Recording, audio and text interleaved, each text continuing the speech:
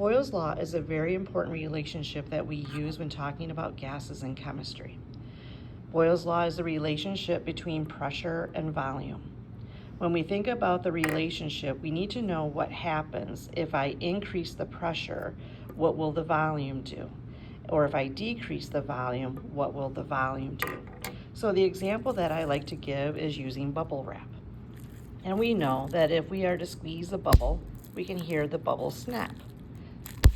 So when I increase my pressure on the bubble, the volume decreases. And if the pressure increases and the volume decreases, then when the pressure decreases, the volume must increase. We know that this relationship is called inversely or indirectly proportional. In algebra, we learned how to write an inversely or indirectly proportional statement.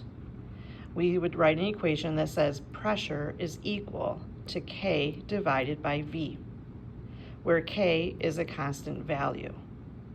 So if I wanted to solve this equation for K, I would have to multiply both sides by V, and my equation becomes K is equal to P times V.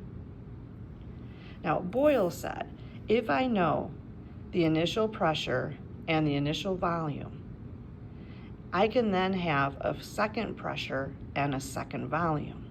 So if I know my initial pressure and volume, and I maybe change the pressure, or if I change the volume, if I change one of these, I can find the other one.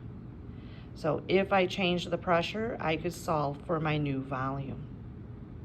So if you know the initial pressure and initial volume of a gas, and you change the pressure or the volume, you can find the missing variable. Okay? So let's look at an example of this. If I have 5.6 liters of a gas in a piston at a pressure of 1.5 atms and compress the gas until its volume is 4.8 liters, what will the new pressure inside the piston be? So what I need for you to do first is to make a list of everything that you know. My first information is I have 5.6 liters. Liters measures my volume. So on my paper here, I'm going to write that my first volume, my first number that I was given of volume is 5.6 liters. It's at a pressure of 1.5 atms. That is my first pressure, which is 1.5 atms. It then tells me that the gas is going to be compressed. So we're going to push on the gas and the volume becomes smaller. It becomes 4.8 liters. So I've changed my volume to become 4.8 liters. That's my V2. And it says, what will the new pressure inside the piston be? So what is P2? So before I solve the problem, I'm going to say, okay, my volume decreased. So if my volume becomes smaller, what should happen to my pressure?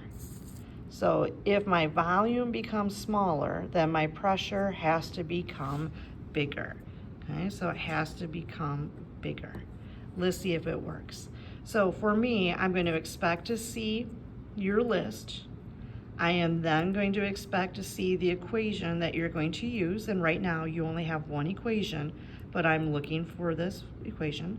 And then I expect to see you solve it for P2.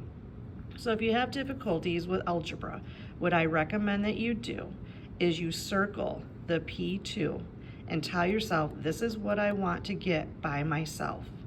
So how do I get rid of the V2? Right now it's P2 times V2. So the opposite of multiply by V2 is to divide by V2. And if I divide this side by V2, then I must divide this side by V2. So my equation becomes, becomes P1 V1 divided by V2. P1 V1 divided by V2. Now I'm going to plug in my numbers with units. I replace P1 with a 1.5 atms. I replace V1 with V1 with 5.6 liters, and I divide by my V2, which is 4.8 liters. I will see that my liters will cancel each other out, and my remaining unit is ATMs. I get a calculator answer, 2 sig figs, 2 sig figs, 2 sig figs, so I need 2 sig figs.